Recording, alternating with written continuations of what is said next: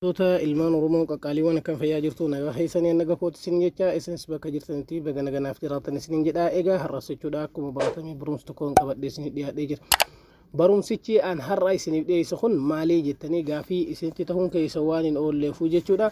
Aappicha ajaa'ibaati. Aappiin kun guutuun guututti tolaan takkaahuu firii takkaahuu majjaana argachuu dandeenya. Eessannaan Play Store irraa jechuudha. Faayidaan isaadhaa immoo waan ajaa'ibaati. Itti deemnee kan wajjin ilaaluta. Eenyuu meeshaa biyya fedhee fidee meeshaan kun biyya kana jeen nu gowwoomsuu hin danda'u. Gabaabumatti osoo bilbila keenya irrallee intarneetiin illee hin jirre jechuudha. Meeshaan kun meeshaa biyya kamii akka ta'e kan ittiin beekuu dandeenyu jechuudha. Isa kana jechuuf ammoo akkuma argaa jirtan amma kun bilbila kiyyarraa daataanis cufaadha, waayifaanis cufaadha argaa jirtan jedhee yaada. Kanaafuu haala kamiin fayyadamna jettanii fi ni appilikeeshinicha kana isinitti kan garsiisu ta'a. Isa dura garuu wantoonni hanga har'aadhaa anaaf naaf galuu dide laayikiin kun hogguu laayik godhanii sekondii takkaaf gattuqanii dabran baasii nama gaafatu jiramu maaliif viidiyoo guulaaltan laayikii sun goone keessaa baatu. Kanaafuu komii sun taane yaamicha ammallee hoota laayik godhaa viidiyocha guulaaltan subscribe godhaa yuutuuba hoos jechuudha. Nu jajjabeessaa isinis hoota irraa baradhaa isiniin jecha. Aappicha ni banna hogguu aappicha banneetiin jenne aappichi Made in jedhama. Aappiin isa kana jechuudha Made in jedhama. Play Store keessatti arganna. Made in kun maaliif nu fayyada jennaan aappichi kuni Made in kan jedhu kun fakkeenyaaf ni banna hogguu Play Store keessaa gabuune homaa waan nu gaafatu tokko illee hin qabu.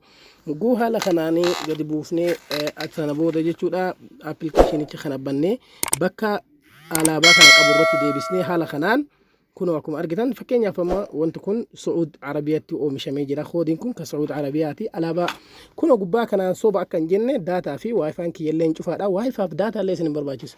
Fakkeenyaaf amma wanni kun faastineriidha. Faastineriidha. Kun amma fakkeenyaaf faastinerii akkuma argaa jirtanitti jechuudha faastineriidha. Garuu biyyi inni itti oomishame eessa kan jedhuuf gabatee kana biratti ila kun suuraa takkatti maa fuudha. Fakkeenyaaf kiyyaama suuraa waan moobaayiliin dafee harkisuuf fuudhuu danda'a keessan turuu danda'a. Yoo dideyyuu isin fakkeenyaaf yoo inni kadiduyyuu ta'e jechuudha. Fakkeenyaaf mee bakka paarkoodii isin irraa isin eessatti qabdan jennaan bakka kunoonni argitan jedhee yaada bakka kanarratti qabdu jechuudha. Kunoo jala kanaan bakka kana argaartanii kunoonni argitan jedhee yaada.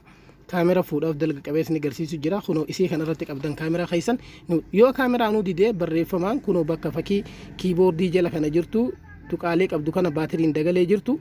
Haala kanaan jechuudha isa gattuquudhaan itti barreessina. Lakkoofsa amma reefuu asirratti argine kabaarkoodii jechuudha. Lakkoofsa kam jennaan ka achirratti barreessinu lakkoofsicha isa kana barreessina jechuudha achirratti. Kan amma reef faastineri irraa isinitti mul'isu kana kunoo isa kana jechuudha bakka kanatti barreessina. Yoo lafti halkan ta'es baatiriin jala kanan jira gattuquudhaan ibsine kaameraa kaafne yeroo masaan sekondii takka sun eeyne kunoo akkuma amma argaa jirtan haala kanaan jechuudha Saudi Arabiyaa jeetiin naaf himaa jira. Kanaaf appii ajaa'ibaati. Kottaa irraa fayyadama baradhaa isiniin jecha. Amma garuu aappicha kana eessaa arganna jettanii akka gaafii isin hin kaafneef jechuudha. Aappicha iddoon nuti argannu Play Store keessa jira akkuma isiniin jee Play Store keessa arganna ammas. Akkamitti jennaan keessa gallee maqaa isaa isiniif himee jira. Warroonni yeroo baay'ee aappii maqaa nuuf himi jettaniif Play Store keenya keessa galuudhaan dhiifama waayifaa waan cufe jiruufi dhiifama. Play Store keenya keessa galuudhaan jechuudha hogguu Play Store keenya keessa gallee jenne fakkeenyaaf nama Play Store kiyya keessaa seenu hogguu keessa seeneetiin jedhe haala kanaan jechuudha Made in jedhee habarreessu jechuudha. Fakkeenyaaf